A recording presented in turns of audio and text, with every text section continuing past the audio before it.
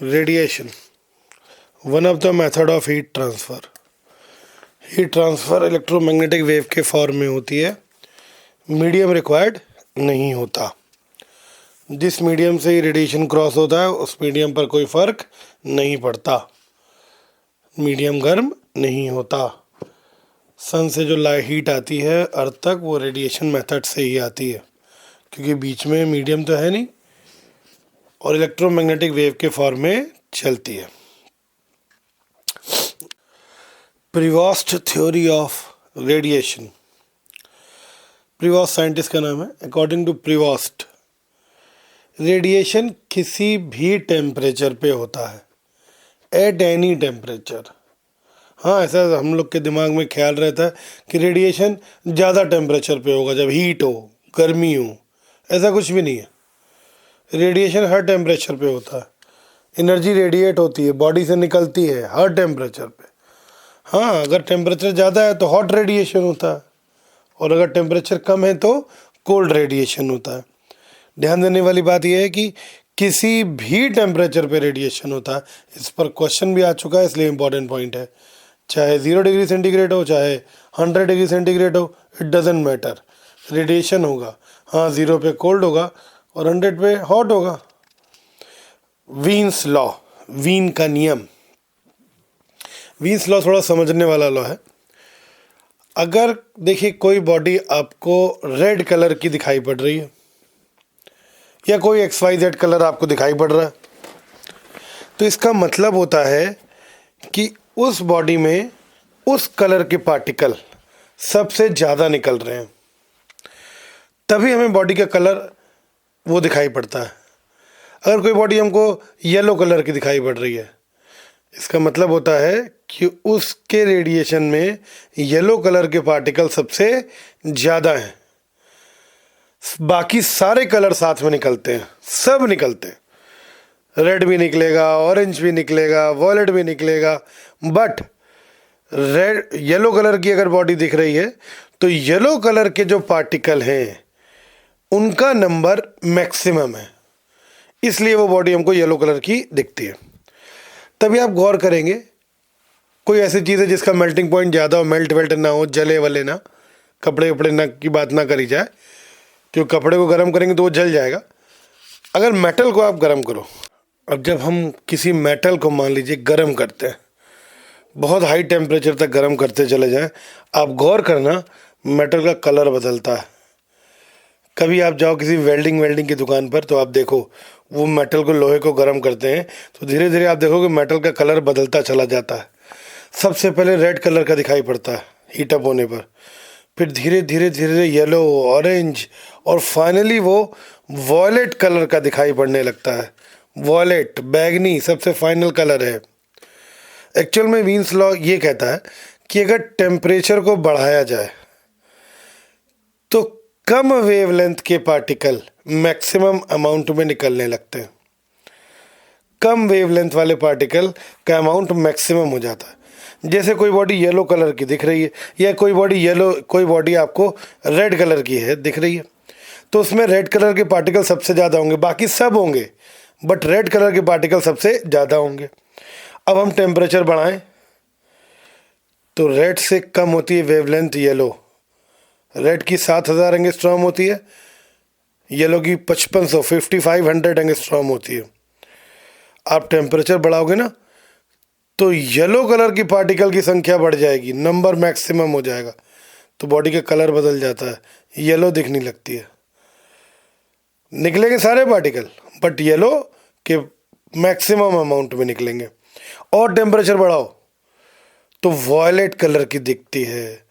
Violet colour की wavelength 4000 angstrom और भी कम होती जाती है।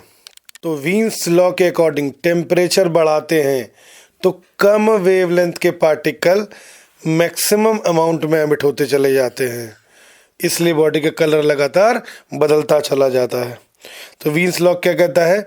लैम्डा मैक्सिमम इंटेंसिटी के particles, lambda max into T is equal to constant.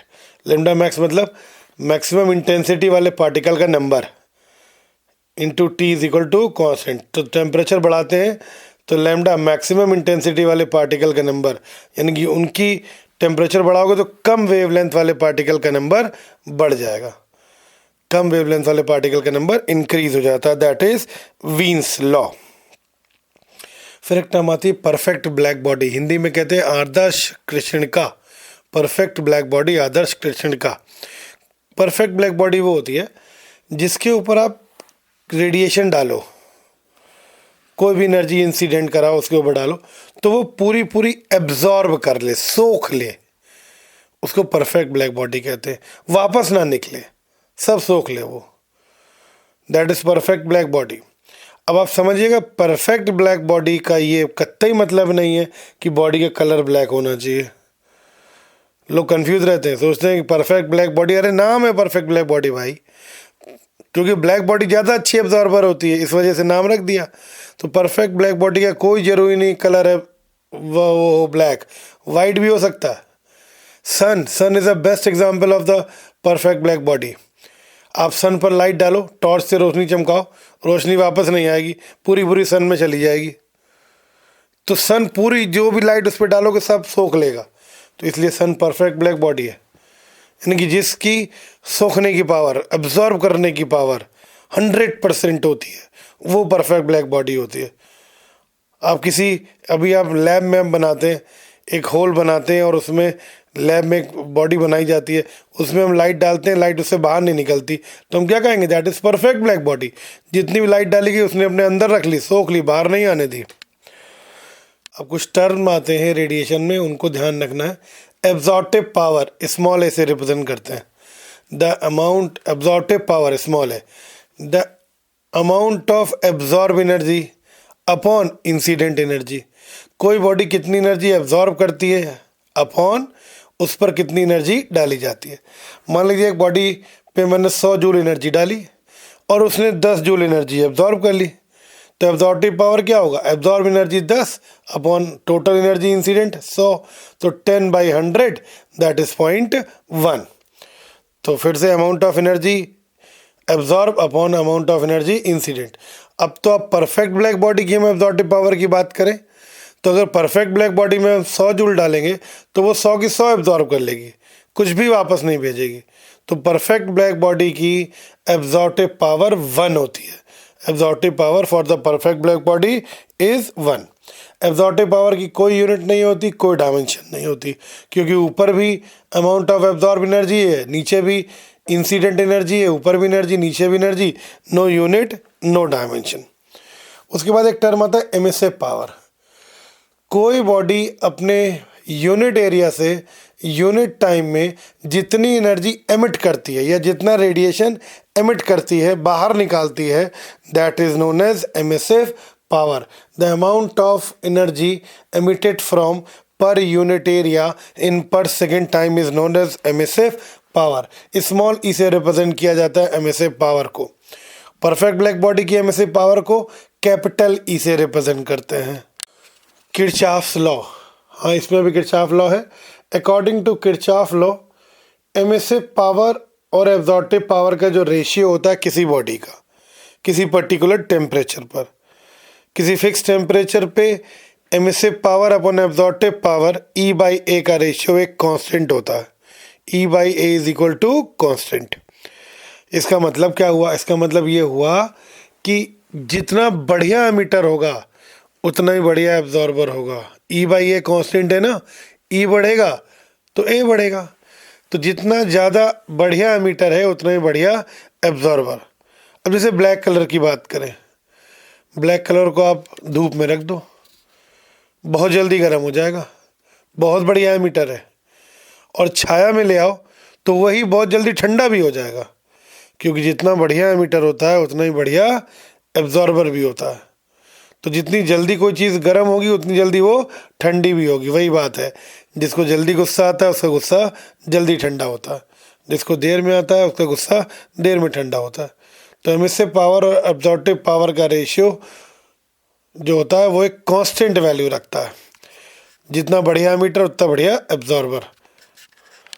इसी कॉन्सेप्ट पर एक क्वेश्चन आता है कि एक वाइट कलर की प्लेट है, उस पर हम एक ब्लैक निशान लगा दें, काले रंग का धब्बा बना दें, मार्क बना दें, और फिर उसे गर्म करें, धूप में रख दें, तो कौन सा पार्ट ज़्यादा गर्म हो जाएगा? ब्लैक वाला, क्योंकि ब्लैक बहुत बढ़िया एमिटर होता है और बहुत बढ़िया एब्जॉर्बर होता है, जबकि वाइट इतना ज़्यादा गर्म नहीं होगा। अब फिर कहते हैं इस प्लेट को हम किसी डार्क जगह लेके जाएं, तो ये प्लेट कैसी दिखेगी? अगर आप इस प्लेट को किसी डार्क जगह लेके जाओ तो जो ब्लैक वाला निशान है वो अलग शाइन करेगा, अलग चमकेगा पूरी वाइट प्लेट से। क्यों? क्योंकि बढ़िया एब्जॉर्बर है ब्लैक, तो बढ़िया एमिटर भी है। आप अंधेरे में ले गए, ठंडे में ले गए, तो ब्लैक कलर से ज़्यादा एनर्जी निकलेगी एज़ कंपेयर वाइट कलर से, तो ब्लैक कलर अलग से शाइन करने लगता है। दिस इज़ एक्सपेरिमेंटल रिजल्ट कि वाइट प्लेट पे ब्लैक निशान है, पूरे सिस्टम को गर्म कर दो, फिर अंधेरे में ले जाओ तो ब्लैक कलर तुम्हें अलग से दिखाई पड़ेगा, वाइट कलर के कंपैरिजन में शाइन मारेगा, क्योंकि जितना बढ़िया एब्जॉर्बर है उतना ही बढ़िया एमीटर भी है वो है। Stefan's law of cooling. Stefan's law of cooling जो है that is emissive power of perfect black body के लिए है। Emissive power of perfect black body is directly proportional to the temperature to the power 4, absolute temperature to the power 4. Emissive power of perfect black body is directly proportional to the temperature absolute, यानी कि temperature kelvin में लेना, उसकी power 4, E proportional T to the power 4. Proportional हटाते हैं, एक constant लगाते हैं, E is equal to sigma T to the power 4, where sigma is the Stephen's constant.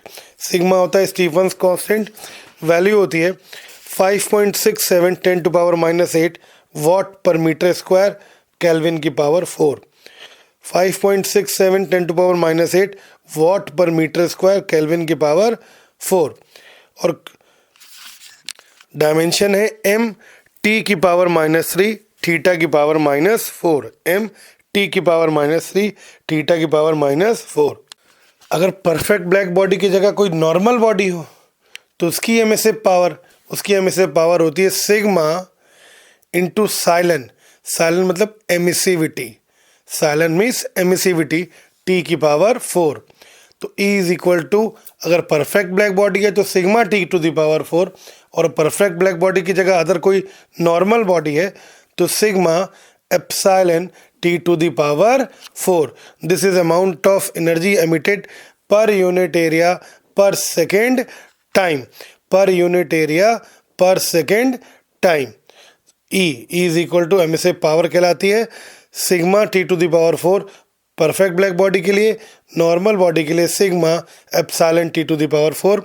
Epsilon is emissivity, और एमिसिविटी किसी बॉडी की उसके नेचर पे डिपेंड करती है। The value of emissivity depend upon the nature of the material. कौन सा nature, aluminium है, कॉपर है, मैग्नीशियम है, एसेट्रा एसेट्रा। तो emissivity depends upon the nature of the body. Perfect black body के लिए एमिसिविटी की वैल्यू 1 होती है। परफेक्ट ब्लैक बॉडी है तो एमिसिविटी 1 होगा, तभी E is equal to sigma T की पावर 4 आता है फॉर परफेक्ट ब्लैक बॉडी, और नॉर्मल बॉडी के लिए E is equal to sigma emissivity T की पावर 4 आता है। Newton's law of cooling. Rate of cooling is directly proportional to the temperature of from surrounding. Difference of temperature from surrounding, किसी भी body के ठंडे होने की दर जो बॉडी का टेम्परेचर है माइनस जो एटमॉस्फेयर सराउंडिंग का टेम्परेचर है उसके अंतर पे डिपेंड करती है। एक फॉर्मूला है, स्टीफन्स लॉ की हेल्प से डराइव होता है। Newton's law of cooling is derived by the help of Stefan's law, that is dt/dt मतलब rate of cooling, that is equal to emissivity A sigma upon m into C, या m into S भी कह सकते हैं। फिर से बोल रहा हूँ, एमिसिविटी यानी कि epsilon A sigma upon m into C, ऊपर t की पावर 4 माइनस t सराउंडिंग की पावर 4। फिर से बोल रहा हूँ, rate of cooling dt/dt is equal to epsilon A sigma upon m into C, ऊपर लिखा जाता है t की पावर 4 माइनस t सराउंडिंग की पावर 4, जहाँ साइलन एमिसिविटी है, ए बॉडी का सरफेस एरिया है, सिग्मा स्टीफन्स कांस्टेंट है, एम बॉडी का मास है और एस स्पेसिफिक हीट है। इस फार्मूले में एमिसिविटी, स्पेसिफिक हीट दोनों की वैल्यू मटेरियल के नेचर पे डिपेंड करती है। अगर मटेरियल सेम होगा तो एमिसिविटी और स्पेसिफिक हीट सेम होंगे। फिर से बोल रहा हूँ, dt by D T epsilon A sigma M C ऊपर t की पावर 4 माइनस टी सराउंडिंग की पावर 4। एमिसिविटी और स्पेसिफिक हीट की वैल्यू मटेरियल के नेचर पे डिपेंड करती है। जैसे जैसे समय बीतता जाता है वैसे वैसे ठंडे होने की दर भी कम होती चली जाती है। जैसे बहुत सिंपल सी बात है, आइए आपको लेके चलते हैं स्विट्ज़रलैंड। स्विट्ज़रलैंड की एक चाय, साहब आप स्विट्ज़रलैंड का टेम्परेचर तो नेगेटिव में रहता है, वहाँ आप चाय मंगाओगे और उसको रख दो, मान लो पेपर पढ़ रहे हो, चाय रख दी, चाय बहुत जल्दी ठंडी हो जाएगी क्योंकि सराउंडिंग का टेम्परेचर बहुत कम है, नेगेटिव। चाय का टेम्परेचर तुम्हारा 100, काफ़ी डिफरेंस है, तो रेट ऑफ कूलिंग भी बहुत तेज़ होगा, तो चाय जल्दी ठंडी होगी। और कंपेयर करो इसी को, एक मान लीजिए गर्मी की इंडिया की दोपहर, टेम्परेचर 50 डिग्री सेंटीग्रेड। अब यहाँ चाय मंगाओगे और रख दो चाय, तो चाय देर में ठंडी होगी क्योंकि सराउंडिंग तो भैया 50 है और चाय 100, तो डिफरेंस कम है ना। और स्विट्ज़रलैंड में चाय जल्दी ठंडी हो जाएगी, इंडिया में चाय देर में ठंडी होगी क्योंकि इंडिया का टेम्परेचर ज़्यादा रहता है, स्विट्ज़रलैंड में बहुत ठंडक रहती है। तो न्यूटन्स लॉ ऑफ कूलिंग का फार्मूला इसी स्टीफन्स लॉ से निकाला गया है, उसी की हेल्प से आता है। तो फाइनल एक रिजल्ट आ जाता है, dt upon dt rate of cooling is directly proportional to T average of body minus temperature of surrounding. T average क्यों लिया है? अरे कहते हैं बॉडी का टेम्परेचर 60 से 50 हो गया, तो क्या रखा जाए टेम्परेचर 60 की 50 फॉर्मूले में, तो वहाँ एवरेज ले लेना, 60 प्लस 50 बाई 2 कर देना। जैसे कहा जाए बॉडी का टेम्परेचर 30 डिग्री सेंटीग्रेड से 20 डिग्री सेंटीग्रेड हो गया, तो फार्मूले में जब हम रेट ऑफ कूलिंग लिखेंगे तो temperature of body minus temperature of surrounding लिखेंगे। तो टेम्परेचर ऑफ बॉडी की जगह एवरेज टेम्परेचर 30 से 20, तो 30 प्लस 20 बाई 2, एवरेज 25 ले लेना। अब एक इम्पॉर्टेंट पॉइंट, अगर टेम्परेचर 100 से 90 आया 10 मिनट में, 90 से 80 आएगा 12 मिनट में। जैसे रेट ऑफ कूलिंग कम होता जाता है, आपकी मोबाइल की बैटरी की डिस्चार्जिंग हो रही है, तो धीरे शुरुआत में बहुत तेज़ी में डिस्चार्जिंग होती है और फिर धीरे धीरे, वैसे ही यहाँ पर भी है। फिर 80 टू 70 डिग्री टेम्परेचर को 15 मिनट में पहुँचे, 70 टू 60 को 20 मिनट में पहुँचे। जैसे जैसे टाइम बीतता जाएगा वैसे वैसे रेट ऑफ कूलिंग भी कम होता जाएगा।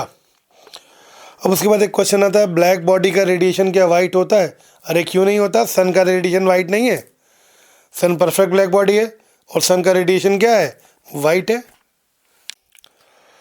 अब एक क्वेश्चन आता है, emissivity of a body is equal to absorptive power. एकदम सही है भाई, ई अपॉन ए, स्मॉल ई किसी भी बॉडी की small E upon A that is equal to perfect black body का ई अपॉन ए, क्योंकि ई अपॉन ए कॉन्स्टेंट होता है।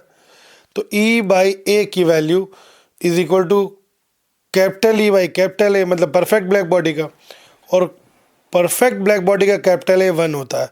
एब्जॉर्प्टिव पावर कितनी होती है, 1। तो किसी भी बॉडी के लिए किसी टेम्परेचर पर ई बाई ए की वैल्यू यानी कि emissive power upon absorptive power की वैल्यू इज इक्वल टू आता है emissive power of perfect black body at that temperature. तो आप किसी भी बॉडी के लिए ई बाई ए का रेशियो बता सकते हो, E by A is equal to emissive power of perfect black body at that temperature. दुनिया में कोई भी बॉडी हो, आप एमिसिव पावर उस टेम्परेचर पर निकालो परफेक्ट ब्लैक बॉडी की, वही ई बाई ए का रेशियो होगा। एक क्वेश्चन और आता है, एक स्फीयर है, एक क्यूब है, एक थिन सर्कुलर प्लेट है, सब सेम मटेरियल से बनी है और सबके इनिशियल टेम्परेचर सेम है। कहते हैं कौन सी बॉडी सबसे जल्दी ठंडी होगी? भैया मटेरियल सेम, मास सेम, तो मटेरियल सेम यानी कि एमिसिविटी और specific heat same, mass same दिया ही है क्वेश्चन में, इसका मतलब रेट ऑफ कूलिंग सिर्फ डिपेंड करेगा एरिया पे, क्योंकि फॉर्मूला होता है dt/dt is equal to epsilon A sigma upon m into C, ऊपर होता है T की पावर बॉडी की पावर 4 माइनस सराउंडिंग टेम्परेचर की पावर 4। तो भैया जब सब सेम है, सिर्फ एरिया ही तो अलग है, तो रेट ऑफ कूलिंग डिपेंड करेगा एरिया पर, और जिस बॉडी का एरिया सबसे ज़्यादा होगा उसका रेट ऑफ कूलिंग भी ज़्यादा होगा, और जिसका एरिया सबसे कम होगा उसका रेट ऑफ कूलिंग कम होगा। तो भैया वो सबसे देर में ठंडी होगी। तो स्फीयर का एरिया सबसे कम होता है और प्लेट का एरिया ज़्यादा होगा, मैक्सिमम होगा। तो इसका मतलब स्फीयर का रेट ऑफ कूलिंग सबसे कम होगा, तो स्फीयर सबसे धीमे धीमे ठंडा होगा, और प्लेट का रेट ऑफ कूलिंग सबसे ज़्यादा होगा, तो प्लेट सबसे जल्दी ठंडी होगी। That depends upon the area. और नॉर्मल बात भी अगर हम ये करें तो एरिया पे बहुत कुछ डिपेंड करता है। साहब एक कप ले लो, चाय गर्म लगती है, हम प्लेट में डाल लेते हैं, क्योंकि प्लेट का एरिया बढ़ जाता है तो चाय जल्दी ठंडी हो जाती है। और मन करे और जल्दी ठंडा करना हो, थाली में डाल लो और जल्दी ठंडी हो जाएगी। और जल्दी ठंडा करना हो तो परात में डाल लो। अरे परात इज़ अ वेरी बिग थाली use in the marriage ceremony. और जल्दी चाय ठंडी हो जाएगी। जितना एरिया बढ़ा दोगे उतना ही रेट ऑफ कूलिंग बढ़ जाएगा। परफेक्ट ब्लैक बॉडी में काजल भी बढ़िया ब्लैक बॉडी मानी जाती है, 99% होता है। हाँ, उसका कलर बाई चांस ब्लैक ही होता है, जो आप आँखों में लगाते हैं वो काजल 99% परफेक्ट ब्लैक बॉडी है, और कलर भी ब्लैक है। तो इसी से लोग कंफ्यूज होते हैं कि कलर ब्लैक होना चाहिए। नहीं, ऐसा कोई ज़रूरी नहीं है। सन का कलर ब्लैक नहीं होता। परफेक्ट ब्लैक बॉडी की सिर्फ एक डेफिनेशन याद रखो कि जितनी भी एनर्जी डालोगे वो पूरी एब्जॉर्ब कर ले, तो वो बॉडी परफेक्ट ब्लैक बॉडी होगी।